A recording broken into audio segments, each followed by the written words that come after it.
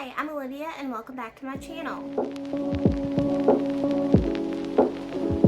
Today I thought we could do the mid-year book freakout tag and we could talk about all of my favorite books that I've read so far this year.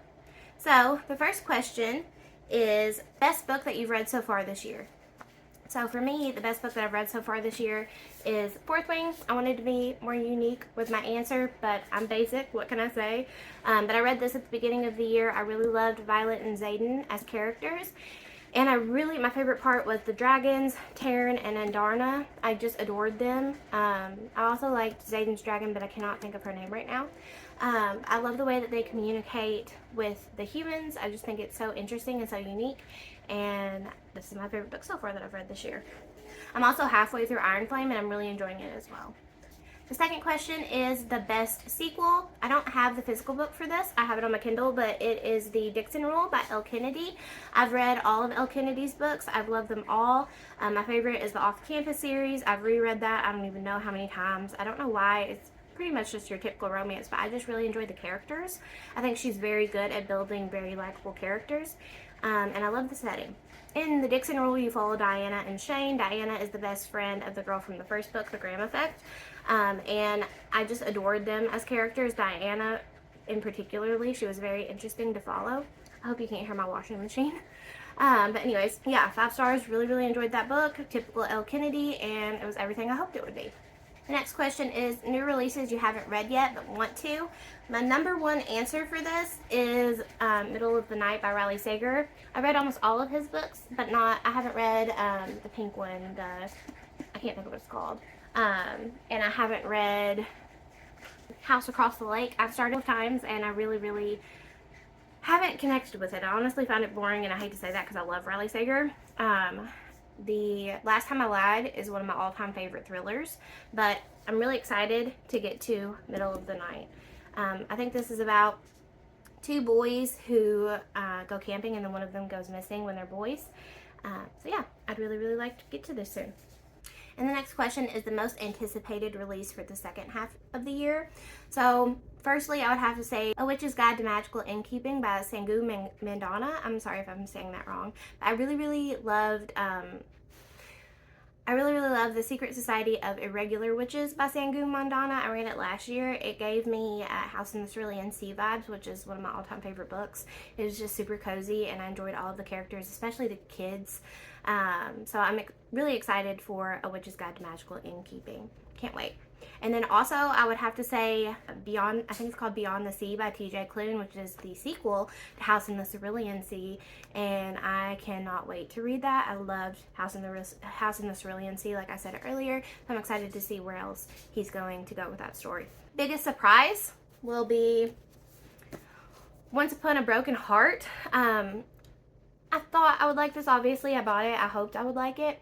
I'm just not very good with flowery writing, and I've heard Stephanie Garber is very flowery with her writing, which I will say maybe the world is more childlike than I thought it would be, but the story itself was great. I loved the writing. It was very easy to get into. It's just very like magical fairy tale type story setting. But yeah, this is about a girl named Evangeline Fox, and she thinks that her true love, or who she thinks is her true love, is marrying her stepsister, and she wants to stop it, and she'll do anything to stop it. So she makes a deal with, he's not really a god, I think he's called a fate, but he's the Prince of Hearts, and it goes from there. It's very, very good. I haven't read the second one yet. I really need to. I'm struggling with my sequels this year. New favorite author, I would have to say Samantha Young.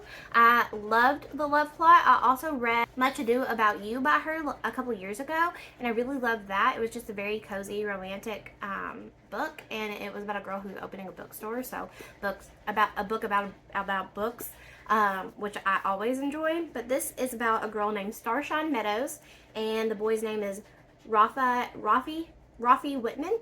And he's a veterinarian. He comes off as very prudish and snobby, and she's very like hippy dippy, go with the flow, always in a good mood. Her name's Starshine. And I wasn't sure about it because I loved Much Ado About You, but it wasn't 5 stars. I want to say I gave it 4 stars, but I still wanted to give this a chance, and this was 5 stars. I loved it. I loved the characters. It was funny. They became friends, and then they became boyfriend, girlfriend, and I loved the way that they fell in love, and I loved how they were so opposite. They evened each other out, and I just thought it was very sweet.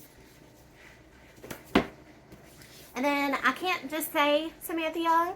I have to say Rachel Gillig. Normally I don't like to choose an author or say an author is my favorite if I've only read one of their books. But with this story and how unique it was and how good it was and the character building and everything else, I will try anything from Rachel Gillig at this point. I still haven't read the second one yet. I started it and put it down. Like I said, my attention span is non-existent lately. I don't know what the deal is, but I really love this book. I gave it 5 stars, and I loved the characters. And I thought this was a very unique premise, and the way the magic system worked was super cool. So, highly recommend One Dark Window. Most beautiful book. So, I figured I could go 2 ways with this. I'll show you the first way. I just absolutely adore this cover. The Pumpkin Spice Cafe, I bought this a couple months ago, but it's so pretty. It's just like the most picturesque fall setting, and it's supposed to be very like Gilmore Girls vibes, and I love the Gilmore Girls, and the setting gives like Taylor Dosey's Market almost. But this is a girl who opens a coffee shop in a place called Dream Harbor, and she meets all of these people who live in this neighborhood. She meets all of them. They're all very unique and quirky, and there's a man that she falls in love with, and it just gives all of the fall vibes. Makes you want to have a good pumpkin spice latte. I don't know, I love it. This cover is absolutely gorgeous. And then the other way I thought I could go with this is Sprayed Edges. So I've talked about this, A Fate Inked in Blood by Daniel L. Jensen. It's like a Viking story. I don't know much about it. I know that this girl is like a shield maiden. She's married to a man she doesn't want to be married to. He ends up like offering her up pretty much, not like a bait, but as a sacrifice so he doesn't get in trouble, because he knows that, I'm assuming he knows that she has magical powers. And then she gets linked with somebody else that she wasn't really wanting to be linked to, but I think they fall in love. But look at the sprayed edges. And then the cover is also gorgeous. I think this is a very pretty book. Newest fictional crush is the next question. I don't get fictional crushes really, but one that I would consider, I guess, a fictional crush would be Xaden from Fourth Wing. I just thought the way that he loved Violet was beautiful, and the way that he protects her. I just think it's very sweet. And then the next question is a book that made you cry. I haven't really cried in any book so far this year. I am a crier, but mostly like during TV and stuff. If one of my favorite characters gets injured or something like that, I will bawl. I think the last book I remember like full on bawling, crying, super upset was Crescent City. Wahaba, that's all I'm going to say. I adore her, and it still makes me sad to think about it. And a book that made you happy. So I will say the love plot definitely made me happy. Like I said, their love story was just so sweet. It was so happy. She was so cool and lighthearted and didn't really let anything get to her too much, and I just really enjoyed her character. And this was just such a good little rom-com. And then I will also say Spy Family. I don't own them physically, but I do own them on my Kindle. And I adore Anya as a character. She's so funny. I love the dog. I love both of them together. I can't think of his name off the top of my head right now. But I adore Spy Family. Yor and Lloyd, I love them. I can't wait for them to actually fall in love for real. I know it's going to happen, and I probably will cry then, because I've read, I want to say, 8 volumes of Spy Family now, and every one of them I have absolutely adored. I've watched some of the anime on Crunchyroll as well, and I've enjoyed it too. It's probably one of my all-time favorite mangas, if I had to choose. And then, lastly, I'm going to say Funny Story by Emily Henry. I really like Emily Henry as an author. She's very good at writing characters that you just adore.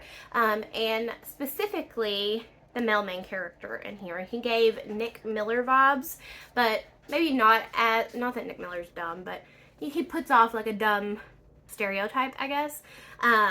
He was a little bit not like more mature than that, but I adore Nick Miller. I think he's hilarious. He's one of my all-time favorite characters off TV. But if I had to pick a new girl, it'd be Schmidt by far. He's so funny.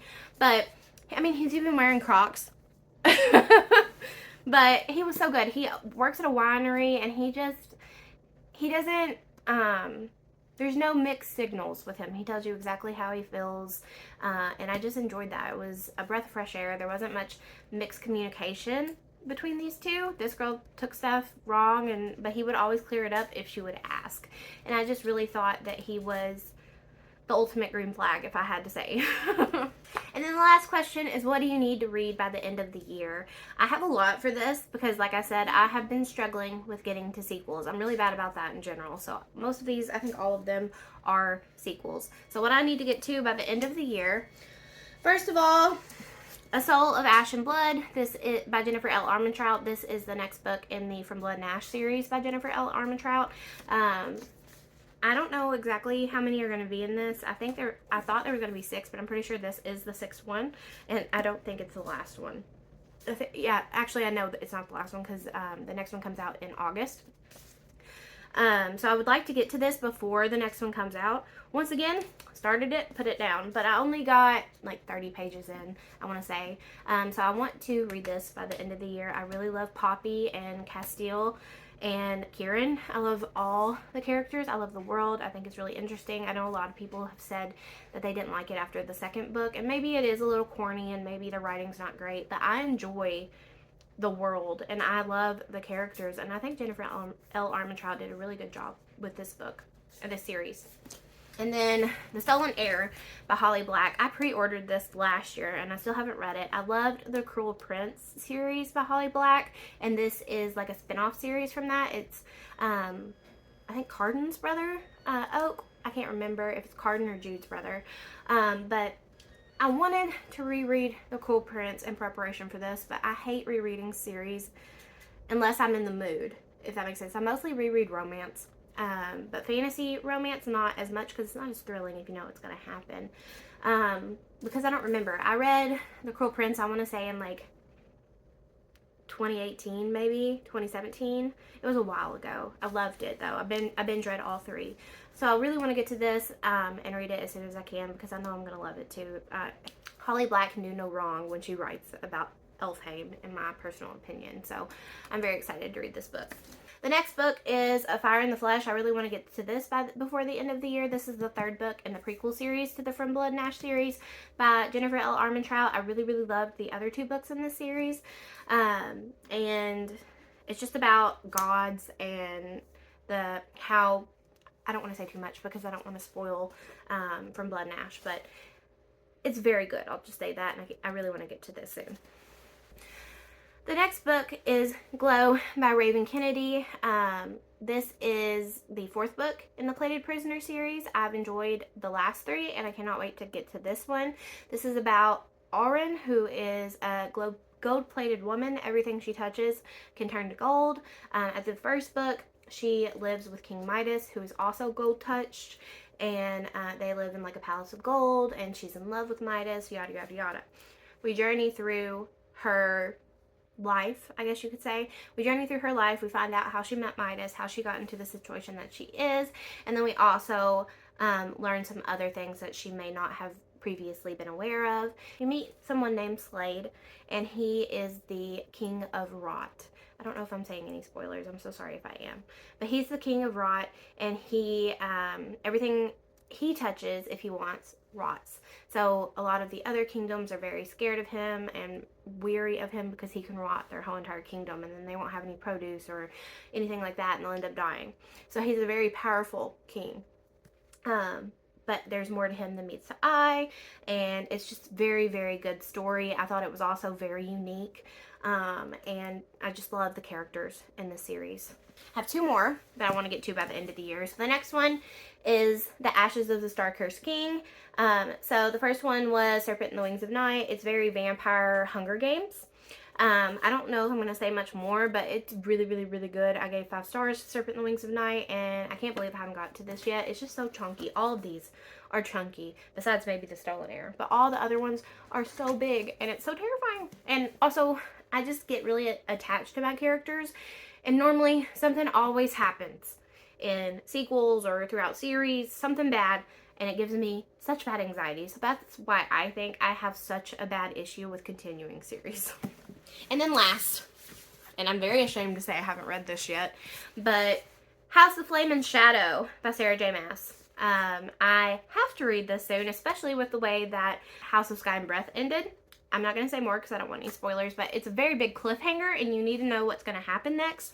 So I need to get to this soon. I don't know if this is the last in the series. I know she's coming out with the next book, but I don't know if that's within the ACOTAR world or within the Crescent City world. But I need to read this soon. Once again, it's a chonker. I think it's about 900 pages, if I'm not mistaken. 822. That is a lot of pages. But yeah, so this is the last book that I would like to get to by the end of the year. Alright guys, so that was my mid-year book freakout tag. These are all of the books that I'm looking forward to and the books that I've really, really enjoyed so far this year. If you guys want to chit-chat with me in the comments about some of the books that you've loved so far this year, please do so. Maybe give me some recommendations. I'll take them. And if there's any on here that you think I need to put higher up on my TBR, let me know that too. But that's all I have for you today. I hope you have a great day.